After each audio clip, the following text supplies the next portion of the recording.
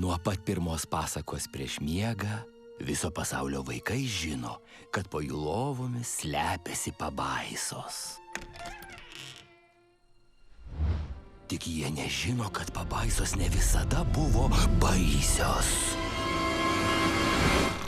Aš niekur neisiu, aš neapsirengęs. Tam reikia baigti akademiją.